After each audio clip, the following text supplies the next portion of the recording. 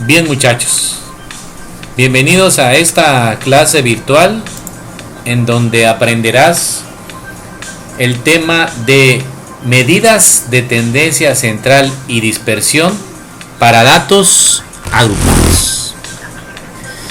Te voy a explicar a través del uso de herramientas de Excel cómo obtener una tabla de distribución de frecuencias, aclaro, como lo harías tú a mano. Vamos a revisar el siguiente problema. Dice así: el gerente de una planta de una empresa fabricante de café desea analizar el contenido de los paquetes de 250 gramos, por lo que registró el contenido de 120 paquetes. Los resultados son los siguientes. Supongamos que esta empresa tiene una producción diaria de 1200 paquetes de café, los cuales tienen que salir con un estándar de llenado de 250 gramos más menos 3. Es decir, que tiene un límite de tolerancia inferior en 247 gramos y un límite de tolerancia superior en 253 gramos. Por lo que se registró el contenido de los 120 paquetes, como lo puedes ver acá. Vamos a realizar la tabla de distribución de frecuencias para estos datos. Voy a obtener un histograma y lo voy a interpretar conforme a la tolerancia del fabricante. Vamos a calcular la media, moda, mediana y desviación estándar. Y vamos a contestar la pregunta acerca de que si el proceso de llenado es capaz de producir conforme a la especificación. Y vamos a utilizar una ojiva para poder contestar esta pregunta. Y por último, vamos a obtener el índice de capacidad de proceso y lo vamos a interpretar. Vamos a dar inicio. Me voy rápidamente a un libro de Excel en donde ya tenemos los datos, pero vamos a empezar desde cero. Te voy a dar los datos. Lo primero que tienes que hacer, si tienes que realizar un histograma a mano, es que los datos debes de ordenarlos. Y estos datos los tienes que ordenar de menor a mayor. Aquí ya te presento los 120 datos del paquete, de los paquetes de café. Aquí vamos a insertar un título para colocar que esta columna representa a la variable aleatoria llenado o peso en gramos. Más bien sería peso en gramos. Aquí lo puedes ver, peso en gramos. Tenemos los 120 datos y el primer paso para realizar un histograma, el primer paso que tenemos que realizar para realizar un histograma es lo siguiente. Te lo voy a explicar desde cero, que es calcular el rango y número de clases. El rango se le conoce como a la diferencia del número mayor menos el número menor. En este caso, el dato mayor es 259 y el dato menor es 243. Así que restamos 259 menos 243, lo cual nos da un rango de 16. El número de clases es la raíz cuadrada de n. Repito, el número de clases es la raíz cuadrada de n. N es el tamaño de muestra. En este caso, el tamaño de muestra son 120 datos. Sacamos la raíz cuadrada de 120 datos y esto nos va a dar 11 clases. Quiere decir entonces que vamos a agrupar los 120 datos, los vamos a agrupar en 11 clases. Esta es una sugerencia. No necesariamente tiene que ser efectivamente 11 clases. Pudieran ser menos de 11 o más de 11. Simplemente es un dato de referencia. En este caso nos están pidiendo que sean 11 clases. Por lo tanto, vamos a construir una tabla de distribución de frecuencias. La tabla de distribución de frecuencias va a tener esta forma. Esta forma es el esqueleto del formato de una tabla de distribución de frecuencias. ¿Por qué se llama tabla de distribución de frecuencias? Porque estos 120 datos los vamos a ir distribuyendo en una tabla de distribución de frecuencias en donde los 120 datos nos dan como sugerencia que los vamos a agrupar en 11 clases. Por lo tanto, numero las 11 clases. Una tabla de distribución de frecuencias tiene los siguientes títulos. Número de clases, tiene definidas las fronteras o límites inferior y superior, es decir, vamos a calcular la cantidad de paquetes de llenado que van a entrar en la primera clase. Vamos a obtener que nos diga cierta cantidad de paquetes van a entrar en la primera clase siempre y cuando pesen entre tanto y tanto. Límite inferior y superior. La marca de clase es el promedio de las dos fronteras, inferior y superior. La frecuencia absoluta es contabilizar cuántas bolsitas de café caen por cada una de las clases. Y la frecuencia absoluta acumulada, pues más bien es el acumulado de la frecuencia absoluta. Y porcentaje de frecuencia absoluta y porcentaje acumulado de la frecuencia absoluta, ahorita te lo voy a explicar. Y estas dos columnas de XY, que es la marca de clase por la frecuencia absoluta, y esta de XY al cuadrado por FI, que es la frecuencia absoluta, nos van a servir mucho para calcular las fórmulas de la media y de la desviación estándar para datos agrupados. Bueno, la anchura de clase, también conocida como tamaño de clase. La anchura de clase o tamaño de clase es el rango entre la diferencia del dato inferior y el dato superior. La fórmula, te voy a colocar acá la fórmula para calcular la anchura de clase es la siguiente. Ahorita vamos a verlo. La fórmula para la anchura de clase denominada por AI va a ser igual a R, que representa el rango, más la unidad de medida. La unidad de medida que lo voy a representar con la variable U. Todo esto entre el número de clases. Repito, anchura de clase es igual a rango más unidad de medida entre número de clases. En este caso, en forma resumida, va a quedar rango más U entre número de clases. Voy a llamar K a número de clases. Bueno, tú te preguntarás, ¿cómo obtener la unidad de medida? La unidad de medida, si los datos, en este caso, los datos de nuestra característica de calidad a analizar son números enteros, por lo tanto, la unidad de medida es igual a 1, es un número entero. Si los datos tuvieran un decimal, la unidad de medida, en este caso, sería 0.1. Si tuvieran dos decimales los datos, la unidad de medida sería 0.01. Si tuvieran los datos originales de la característica de calidad, tres decimales, quedaríamos 0.001. Y así sucesivamente. De tal manera que si los datos tuvieran este comportamiento 2.3, 2.5, ¿cuál sería la unidad de medida? Sería 0.1.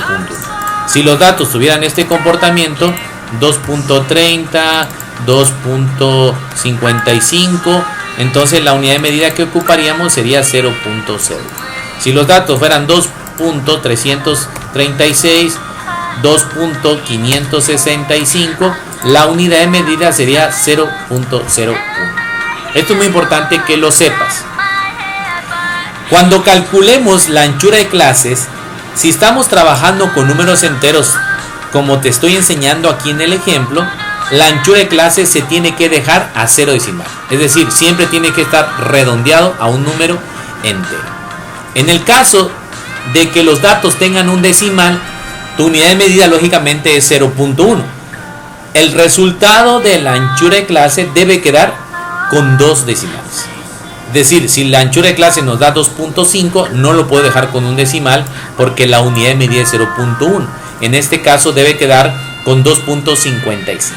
Si los datos son 0.01, el resultado de tu anchura de clase en el modefix de tu calculadora lo debes dejar fijo a 3 decimales. Si estás ocupando 3 decimales en tu unidad de medida, te recomiendo que en la anchura de clase lo dejes en el modefix redondeado a 4 dígitos. Es muy importante también recordarte que para realizar el histograma siempre ocupes los datos de tu memoria de tu calculadora científica. Si no sabes cómo guardar la memoria, búscame en mi canal y yo te explicaré con un video cómo hacer uso de las memorias. Bien, vamos a calcular entonces nuestra anchura de clase de la siguiente manera. ¿Estás preparado? Vamos. Rango, en este caso es 16. La unidad de medida es 1 entre el número de clases, que es K, nos da 11. nos da, perdón, 1.54545. Pero recuerda que yo te dije que si la unidad de medida es un número entero, tenemos que dejar nuestra anchura de clase con un número entero, redondeado. Entonces, si yo redondeo 1.54, queda redondeado en 2. Por lo tanto, quiere decir que la diferencia entre la frontera inferior y la frontera superior son 2 gramos. Quiere decir que siempre vamos a tener una diferencia de 2 gramos entre la frontera inferior y la frontera superior. Este 2 va a estar presente acá, acá, acá, acá. ¿Estamos de acuerdo? ¿Cómo calculamos nuestra primera frontera inferior? Lo primero que tenemos que colocar es el número menor. El número menor es 243 gramos. Aquí lo puedes ver. El número menor es 243 gramos. A este número menor siempre le vamos a restar la mitad de la unidad de medida. Si quieres anotarlo en forma de fórmula, quedaría así. Tu primera frontera inferior va a ser igual a tu número menor de tu serie de datos menos U. Recuerda quién es U, es la unidad de medida entre 2. Sea que estés trabajando con decimales o no, siempre se va a aplicar esta forma. De tal manera que mi número menor le voy a restar ¿quién? Le voy a restar la U entre 2. ¿Y quién es la U acá? En este caso la U es un entero. Y entre 2, 1 entre 2 es 0.5. Lo que nos da como respuesta 242.5, que sería nuestra frontera inferior. Recuerda que yo te dije que la anchura de clase es 2. Por lo tanto, si la diferencia de la frontera superior más inferior es 2, y yo deseo calcular la frontera superior, por lo tanto, para encontrar la frontera superior sería la suma de tu frontera inferior más tu anchura de clase. En este caso sería 242.5 más 2 nos da 244.5. Así quedaría nuestra frontera superior. Si estuviéramos trabajando datos con un decimal, las fronteras inferior y superior estarían con 2 decimales. Recuerda lo que expliqué de ese rato. La anchura de clase siempre va a tener un decimal más arriba que la unidad de medida cuando ocupemos datos con decimales. Aquí no tenemos datos fraccionarios o datos continuos, sino que tenemos datos discretos, datos enteros. Es importante recordarte este tip cuando te encuentres con problemas con decimales. Para la segunda clase, la frontera inferior ahora se convierte en la frontera superior anterior. Es decir, se repite 244.5. Le sumamos 2 y quedaría en 246. Se vuelve a repetir acá en la clase 3 el anterior, 246.5. Le sumo 2 y me da 248.5. Y así nos vamos. 248.5 más 2 nos da 250.5. Nota tú que siempre la diferencia entre el dato superior y el dato inferior es de ¿cuánto? De 2. Siempre tenemos de 2, de 2. ¿Estamos de acuerdo? Observa que tu última clase va a estar entre todas aquellas bolsitas de café que pesen arriba de 262.5 y 264.5. Te pregunto, ¿tenemos paquetes de llenado entre ese rango de 262.5 a 264.5? Vamos a verlo.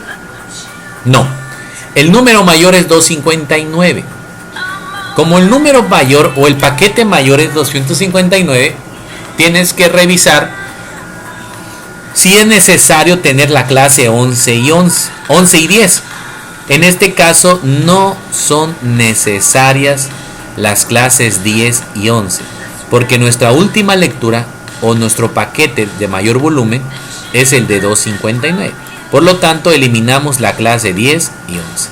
Recuerda que al inicio de este video yo te comenté que el número de clases es tan solo un dato, un dato central, un dato representativo entre qué y qué valores debemos de tener como sugerencia de número de clases. En este caso nos vamos a quedar con 9 porque no son necesarias la clase 10 y la clase 11. ¿Cómo obtengo la marca de clase? La marca de clase es el promedio, es decir, vas a sumar 242.5 más 244.5. Lo que te dé toda esa suma lo vas a dividir entre 2. Te recomiendo que así como lo estoy capturando en Excel, también lo captures en tu calculadora científica. Recuerda ocupar siempre símbolos de agrupación. ¿A qué me refiero como símbolos de agrupación? Me refiero a los paréntesis. Encierro entre paréntesis mi numerador 242.5 más 244.5 entre 2. Y nos da 243.5. Puede quedar con un decimal o lo puedes redondear a 244. Repito, puede quedar con un decimal o lo puedes redondear a 244. En este caso, para que sea más exacto, lo vamos a dejar con un decimal la marca de clase, 243.5. Y así vamos a calcular para cada clase. En la clase número 2 sería sumar 244.5 más 245 entre 2. Nos va a dar en total 200. Nos va a dar en total. En este caso, como estoy en Excel, le voy a poner promedio de las dos. Y me está dando en total. A ver. Promedio. Me está dando en total 245. Luego da 247.5. Date cuenta que vamos de 2 en 2. 243.5 más 2, 245.5. 245.5 más 2, 247.5. 247.5 más 2, 249.5.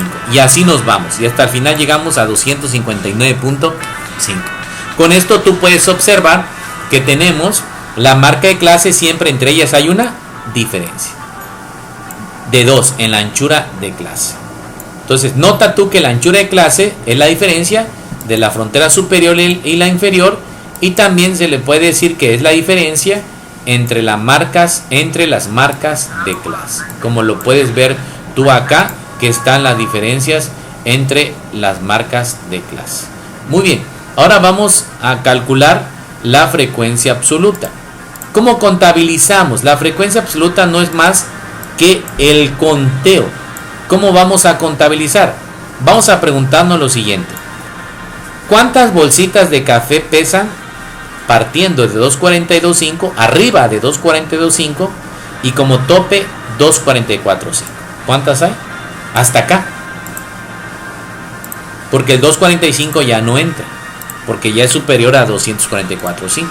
¿Cuántas bolsitas hay? Puedes ver tú que tan solo hay 5 bolsitas. Anoto 5 bolsitas. ¿Cuántas bolsitas hay arriba de 244.5 hasta tope 246.5? Cuando ya empezaste a realizar la primera lectura o el primer conteo, nada más ubícate en la frontera superior. Para tu segunda clase, tu tope es 246.5. ¿Hasta dónde llegamos? Llegamos hasta acá, el 247.9. ¿Cuántos datos tenemos acá? Tenemos contado 9. Colocamos 9 bolsitas de café. Para mi tercera clase, mi tope es 248.5. ¿Hasta dónde? 248.5, 248.5, hasta acá. 248.5. El 249 no entra. ¿Y cuántos tenemos? 19. Por lo tanto, coloco acá 19 bolsitas de café. Como tope ahora 255. ¿De dónde quedé? Como tope 255. Y estoy quedando justamente hasta acá. ¿Cuánto tenemos hasta acá? Tenemos un conteo de 32 bolsitas. Luego tengo que contabilizar hasta 252.5. Vamos a contabilizar de donde me quedé hasta 252.5. Hasta acá. Hasta acá tenemos las 252.5. Que sería en total otra vez 32 paquetitos de café. Ahora como tope 254.5. ¿Dónde me quedé? Hasta 254.5. Que hasta acá quedamos. Que en total son 11.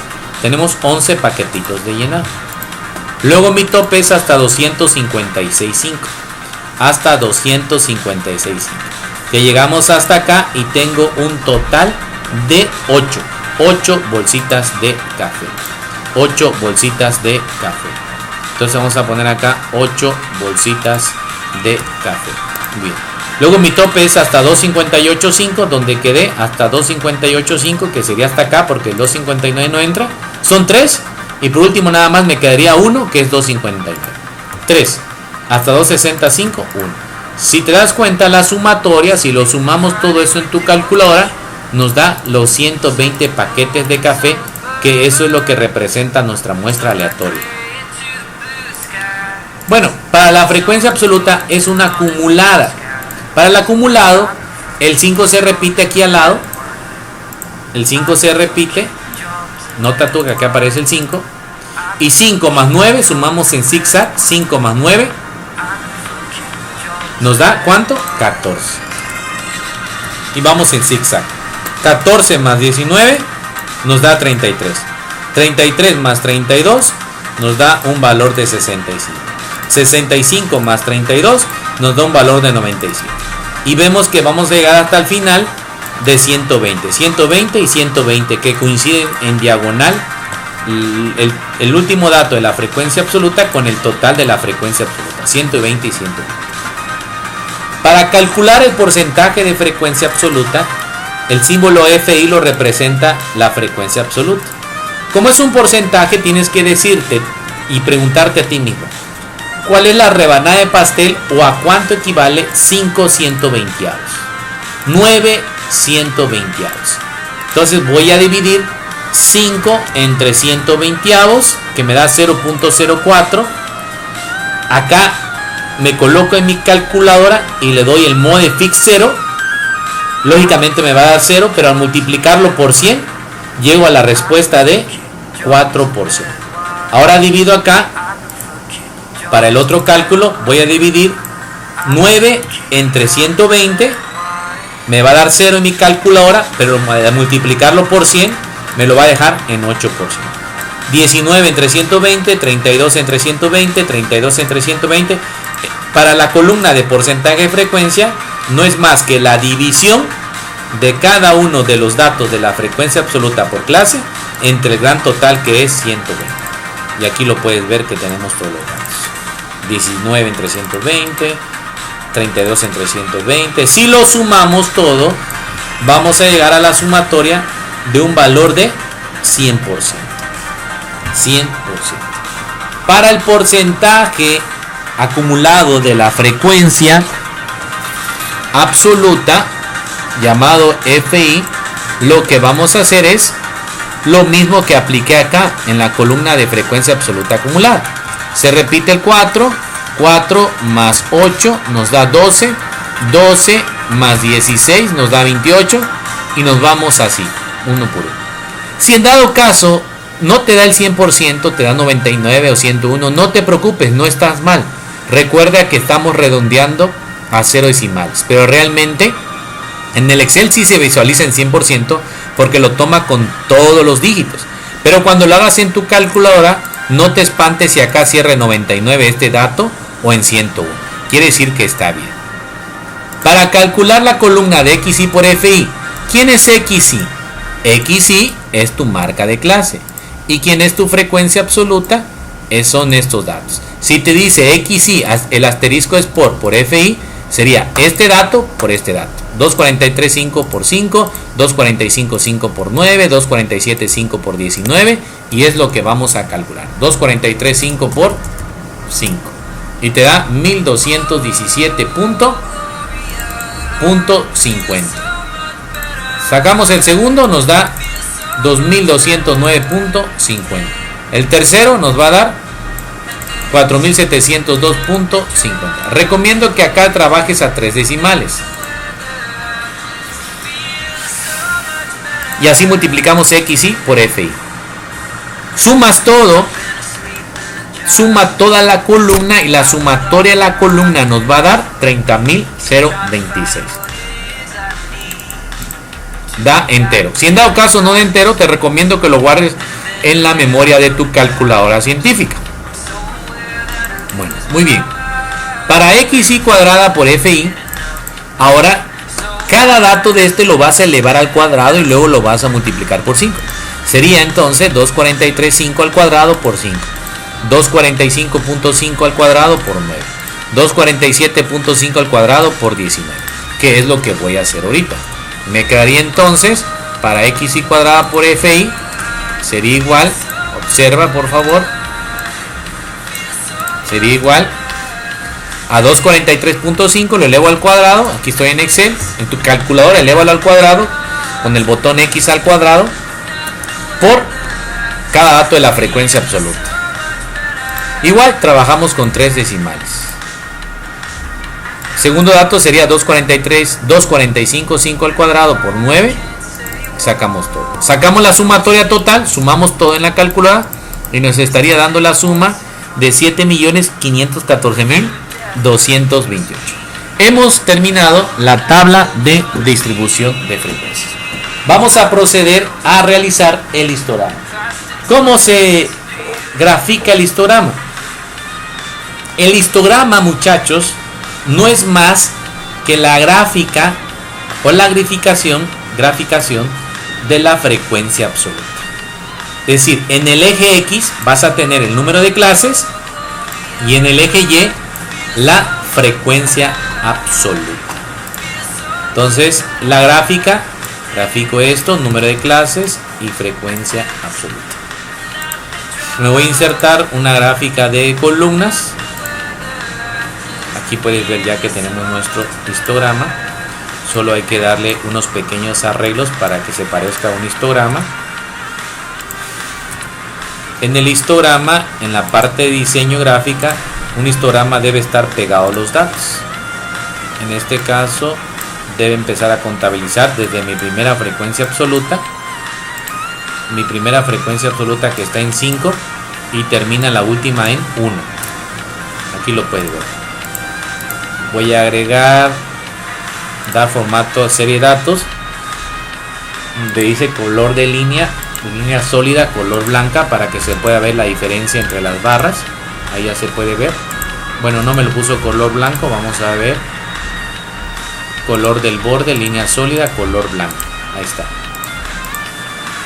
Agrego etiqueta de datos, clic derecho, agregar etiqueta de datos. Aquí puedes ver que lo que estoy graficando en el histograma no son más que las frecuencias absolutas. Estos datos que ven. El título es histograma. El título del eje son números de clases. El eje X recuerda que son números de clases. Y el eje Y, en este caso, ¿qué decíamos que representa? Frecuencia. No te olvides que siempre debes de poner los títulos de tus ejes X y Y. Es muy importante cuando grafiques. Frecuencia absoluta F. Aquí puedes ver el histograma. Pero ¿qué podemos interpretar con el histograma? El histograma tiene un comportamiento normal. Si te das cuenta, tiene forma de una curva que vamos a ver más adelante en estadística, que se llama distribución normal Z estándar. Tiene un comportamiento de la curva normal. Pero ¿cómo interpreto si el fabricante dice que cada paquetito de café debe pesar 250 gramos? Ese es el estándar. Pero debe tener o puede tener una tolerancia de límite de tolerancia inferior en 247 gramos y un límite de tolerancia superior en 253 gramos. Para poder interpretar qué tan capaz es este proceso con base al histograma, hacemos lo siguiente. Recomiendo, si lo estás haciendo a mano el histograma, voy a pasar a PowerPoint para que veas cómo coloco el histograma, en el histograma, los límites de clase. Bueno, nota tú que acá tengo el histograma y cada número de clase se debe de colocar cada barrita su frontera inferior. Quiere decir que este número de clase 1 tiene como frontera inferior 242.5 y 244.5. La clase número 2, 244.5, 246.5. La clase número 3 tiene 246.5, 248.5.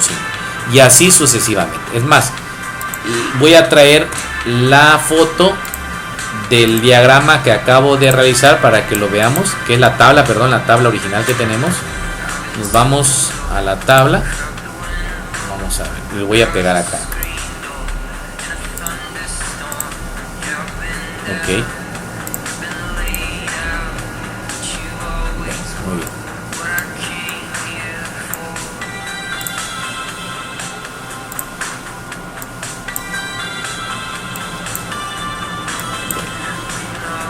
Observa. La tercera clase, por ejemplo, la tercera barrita, debe estar entre 246.5 y 248.5. Y si está entre 246.5 y 248.5. La clase 9, entre 258.5 y 260.5.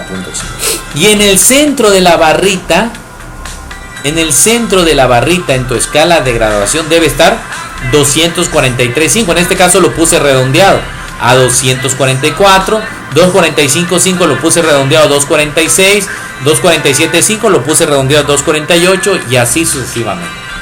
Bueno, decíamos que el fabricante dice que la bolsita de café debe estar entre 247 y 253. Pon mucha atención acá.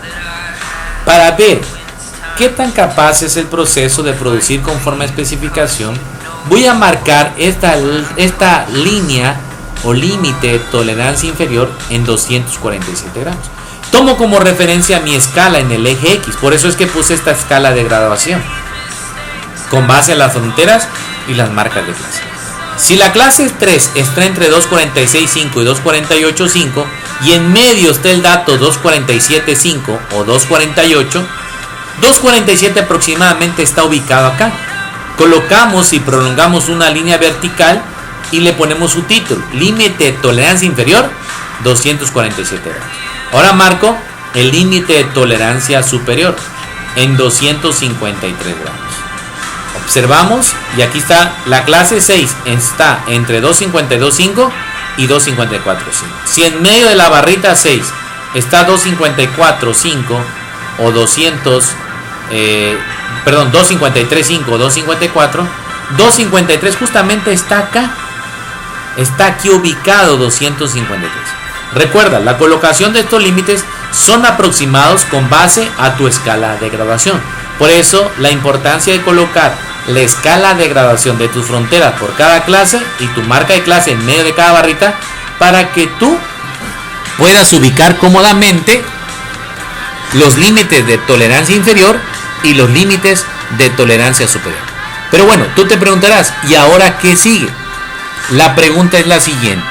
Voy a hacer una impresión de pantalla de solo la gráfica para que lo lleve Excel y podamos interpretar qué obtenemos de este resultado. ¿Ok?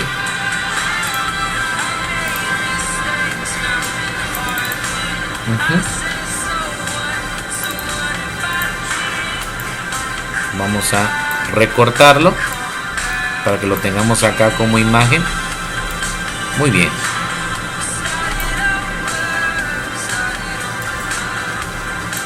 Bueno, observa.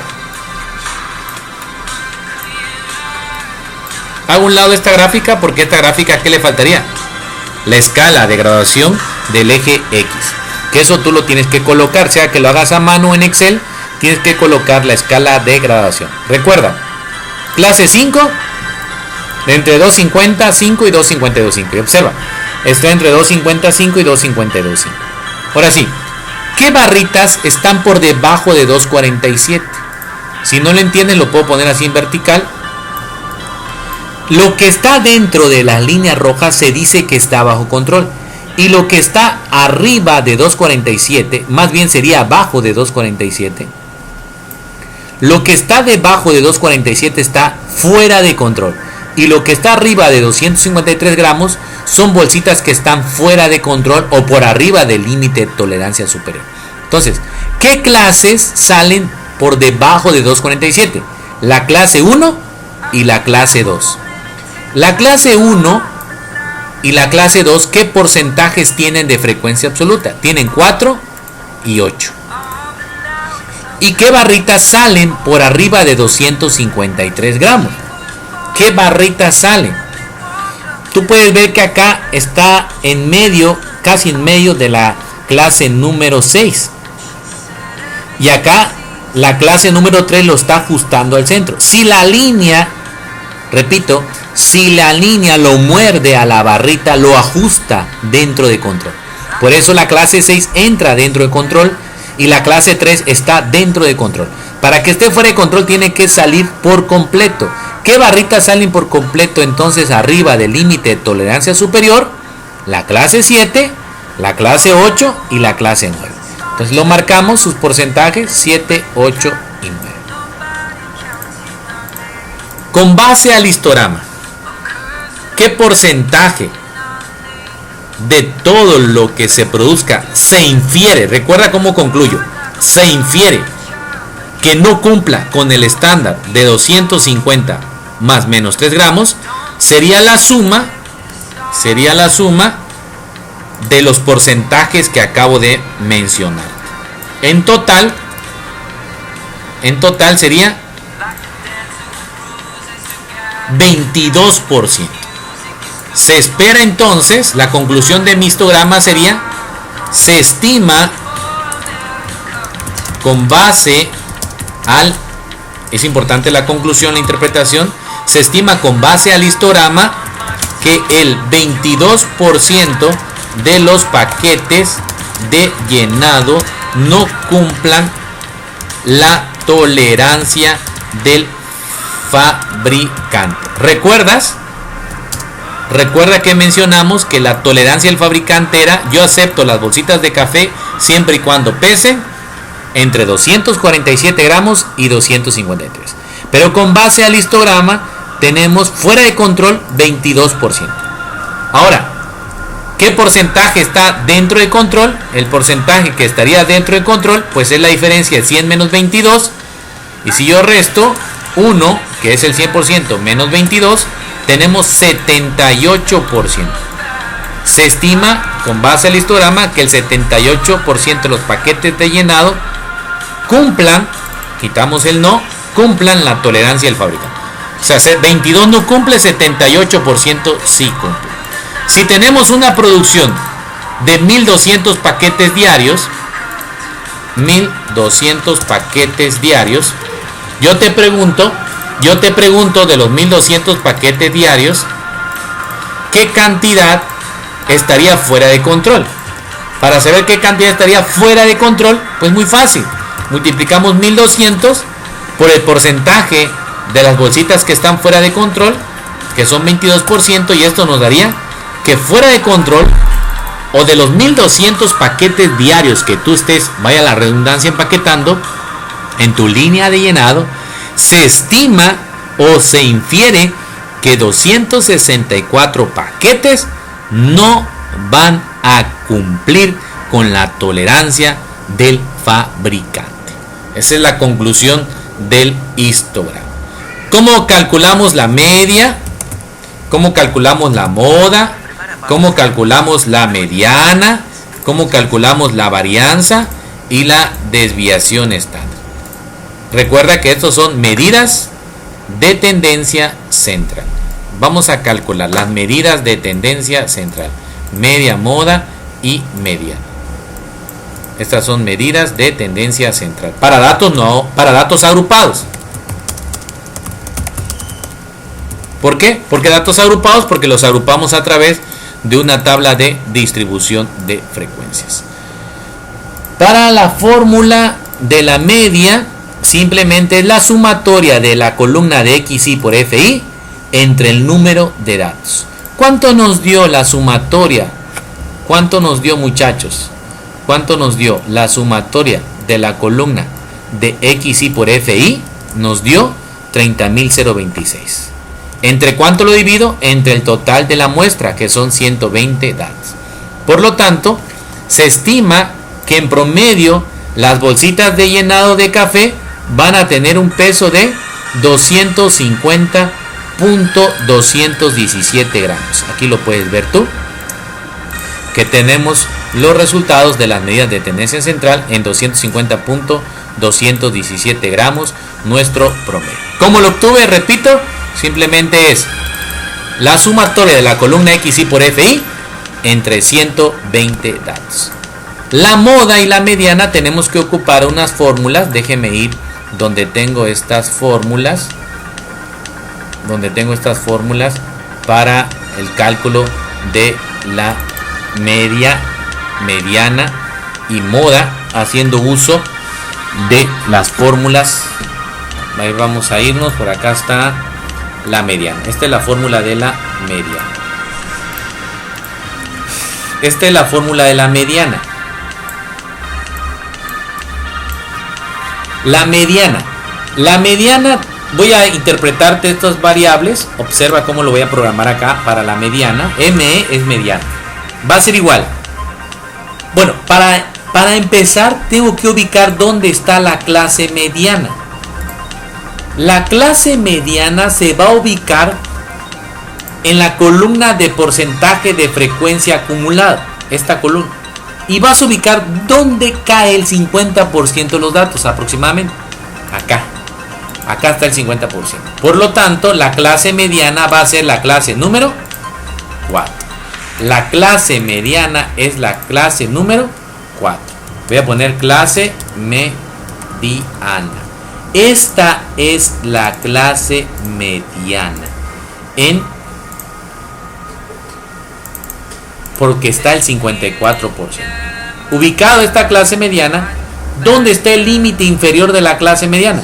Recuerda, esta es la columna de los límites. Dice límite, el que diga menos 1, dice límite anterior a la clase mediana. Si dijera más 1, es límite superior a la clase mediana. Si la clase mediana está acá, entonces, ¿cuál es el valor del límite anterior a la clase mediana? Es decir, menos 1. Subes menos 1 y el límite inferior anterior a la clase mediana es 246.5.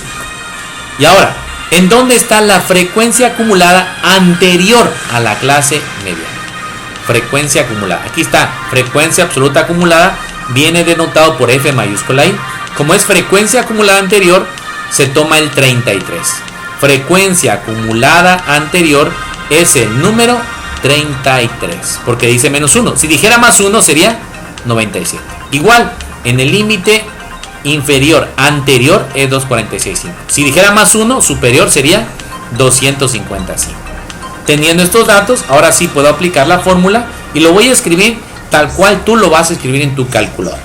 Límite inferior anterior a la clase mediana, escribo 246.5. Aquí lo seleccioné. Más, es más, lo voy a escribir 246.5 más, abro doble paréntesis, te recomiendo que así lo hagas en tu cálculo, más n entre 2. ¿Quién es n? N es el número total de datos. N mayúscula representa la población, pero acá vamos a tomar 120 entre 2, porque son 120 datos. Todo eso le restamos el dato de la frecuencia acumulada anterior. Recuerda que decíamos que la frecuencia acumulada anterior es 33. Coloco 33 y todo este numerador, me faltaría otro paréntesis acá, todo este numerador lo divido entre la frecuencia absoluta de la clase mediana. ¿Cuál es la frecuencia absoluta de la clase mediana? Aquí está, frecuencia absoluta de la clase mediana es 32. Encierro entre paréntesis y todo este cociente obtenido lo voy a multiplicar por ahí. ¿Quién es ahí? Ahí es la anchura de la clase. ¿Recuerdas cuánto fue la anchura de la clase? Fue 2. Aquí lo teníamos. Entonces esto lo multiplico por 2. Por lo tanto, la mediana es 248.188. Aquí lo cambié de valor porque lo tenía ubicado donde estaba la. Ahí está. Repito. Límite inferior de la clase anterior, 246.5. Dividimos 120 entre 2, que es 60. Menos 33, que es la frecuencia acumulada anterior a la clase mediana. Aquí lo puedes ver, 33. Y todo este cociente obtenido multiplicado por 2, que es la anchura de la clase. Vamos con la moda. La fórmula de la moda. Por acá está la fórmula de la moda. Es esta. Igual. Vamos a irnos a calcular la moda. Para la fórmula de la moda necesitamos límite, pero primero hay que ubicar dónde está la moda. La moda es la que tenga la mayor cantidad de frecuencia. En este caso, la que tenga la mayor cantidad de frecuencia, tenemos dos clases, la 4 y la 5. Puede ser el caso que la clase modal también se ubique en donde está la clase mediana. Aquí tengo dos opciones, tengo dos modas, la clase 4 y la clase 5. Repito, para la clase modal ubicas el número mayor de la columna en la frecuencia absoluta. Pero acá tengo dos números mayores con 32, la clase 4 y la clase 5. En este caso, como ya tengo ubicada la clase 4 como clase mediana, ahora voy a ubicar la clase 5 como clase modal. Entonces voy a ubicar la clase 5 como clase modal. Bueno, ubico la clase 5, esta va a ser mi clase modal, lo voy a poner de otro color para identificarlo, y aplico la fórmula. Dice aquí F frecuencia absoluta posterior. El que diga FI más 1 significa frecuencia absoluta posterior a la clase modal. Otra vez aquí se repite, frecuencia absoluta posterior a la clase modal. Y FI menos 1, frecuencia absoluta anterior. Repito, el más es posterior y el menos anterior. Aplico la fórmula. LI, límite inferior de la clase modal, 250.5. Más, abro dos paréntesis. Bueno, dos voy a abrir. Y coloco la frecuencia absoluta posterior a la clase modal. Si la clase modal es el renglón celeste, y aquí está la columna de frecuencia absoluta, la posterior sería 11. Este 11 lo divido entre ¿cuánto? Entre la suma de la frecuencia absoluta anterior a la clase modal. Si la modal está aquí, la celeste, la anterior es 32. Pongo 32. Le sumo la frecuencia absoluta posterior, que ya lo sé que es la misma que 11. Todo este cociente que yo obtengo acá lo vamos a multiplicar por el tamaño de clase o anchura de clase. Recuerda que nos dio 2, porque estamos trabajando con números enteros. Si trabajamos con decimales, si la unidad de medida es 1, la anchura tendría 2 decimales. Si son 3 decimales la unidad de medida, la anchura de clase tendría 4. Y aquí tenemos ya la media, moda y media. Podemos inferir que el promedio de llenado de los paquetes de café está en 250.217. Aparentemente está bien. ¿Quién nos va a decir por qué está mal el proceso? Porque en el histograma nos dijo que el 22% está fuera de control. Las medidas de dispersión. Las medidas de dispersión son las que nos van a dar el pitazo si estamos bien o estamos mal. Medidas de dispersión. Bueno, vamos a calcular las medidas de dispersión. Y para las medidas de dispersión necesitamos el rango, que ya lo tenemos, la desviación estándar y la varianza, que es el cuadrado de la desviación estándar. Okay. El rango ya lo tenemos, nos dio en la práctica, nos dio 16. Entonces nada más lo colocamos acá, rango 16. La desviación estándar, voy a irme a la diapositiva donde tengo la desviación estándar. Vamos a ver la desviación estándar. Vamos a ocupar esta fórmula. Nos venimos acá rápido. Vamos a aplicar. Nota que la fórmula de desviación estándar dice la raíz cuadrada ¿de quién? La raíz cuadrada de la sumatoria de xy cuadrada por fi. ¿Dónde está la sumatoria de xy cuadrada por fi? Aquí está, 7.514.000 y tanto. Entre n, ¿cuánto es n? 120. Cierro mi paréntesis. Cierro mi paréntesis y todo eso menos el promedio al cuadrado. El promedio al cuadrado. Voy a tener que mover la fórmula porque aquí lo tengo el promedio. Voy a repetirlo. Es igual raíz de xy cuadrada por fi, que es este dato, entre 120, menos la media al cuadrado. Aquí sí te recomiendo que la media lo hayas guardado en tu memoria para que lo ocupes con todos los decimales, y lo elevo al cuadrado.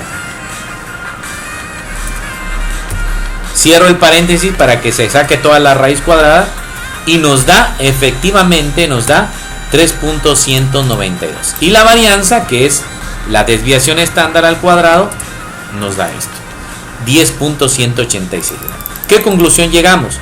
Con base a los parámetros estadísticos de las medidas de tendencia central y dispersión, llegamos a esta conclusión.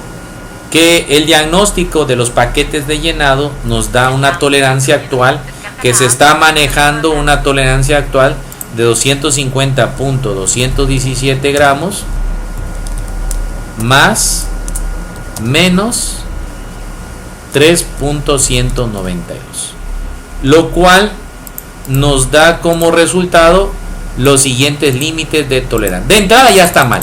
¿Por qué te puedo decir que está mal? Porque la tolerancia, ¿cuánto es, muchachos? 3 gramos. ¿Y cuánto nos dio? 3.192. La desviación estándar nos dice que en el proceso hay mucha dispersión, hay mucha variación. Para que este proceso fuera correcto, deberíamos tener una desviación estándar muy pequeñita de 0.5 o 0.3. En este caso estamos superando por arriba todavía del estándar de 3 gramos en 0.192. Si seguimos trabajando así, vamos a tener un límite de tolerancia inferior, un límite de tolerancia superior. Tendríamos nosotros un límite de tolerancia inferior, LTI, un límite de tolerancia superior y un LTS. Vamos a ver, un LTS. Aquí puedes ver que quedaría un LTI y un LTS. Sería 250.217 menos 3.192. Tengo un LTI de 247.025 y un LTS o límite de tolerancia superior. La media le sumo los 3.192 gramos y el fabricante nos pide que la bolsita de café debe pesar entre 2.47 y 2.53. No tenemos problema con el límite de tolerancia inferior según nuestros estadísticos, pero sí con el LTS. Lo tenemos muy por arriba del límite de tolerancia superior. Bueno, si quisiera yo medir el índice de capacidad de proceso, ¿qué es el índice? Si te preguntan, ¿qué es el índice de capacidad de proceso? El índice de capacidad de proceso nos mide qué tan capaz es un proceso de producción de cumplir o de producir conforme a las especificaciones. Si el índice CP da menor que 0.67, tu diagnóstico, recuerda que cuando evaluamos procesos de producción haciendo uso de esta herramienta estadística en la calidad llamada histograma, si sale en categoría 4 no es adecuado para el trabajo, requiere modificaciones muy serias. Si sale entre 0.67 y 1, tienes categoría 3, no adecuado para el trabajo, es necesario un análisis del proceso, requiere modificaciones serias para alcanzar una calidad. Si sale entre 1 y 1.33, eres categoría 2, que significa parcialmente adecuado. Si es mayor que 1.33, eres categoría 1, es adecuado. Si eres mayor o igual que 2, eres una empresa de clase mundial, tienes calidad 6 sigma, que este es otro tema de nivel 6 sigma de la materia de calidad aplicada a la gestión empresarial. Bueno, muy bien. ¿Quieres ver qué categoría es este proceso? La fórmula para el índice de capacidad de proceso es la siguiente.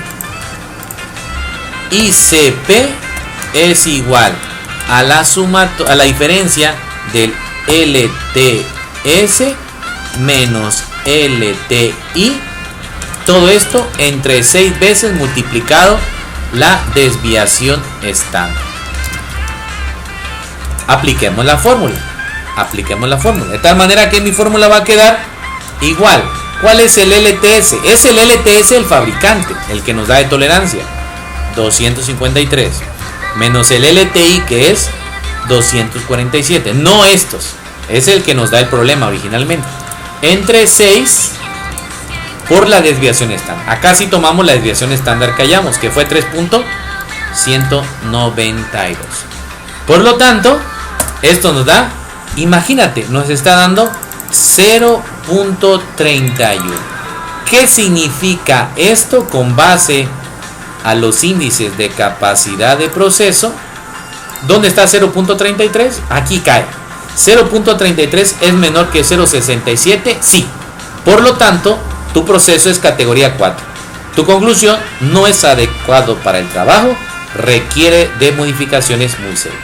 Y es ahí en donde tú como profesionista tendrías que evaluar con otras herramientas estadísticas o administrativas de la calidad, ver qué puedes hacer para que cuando se vuelva a diagnosticar cómo está el proceso de producción, se logre tener un índice de capacidad de proceso más elevado y disminuir la desviación estándar.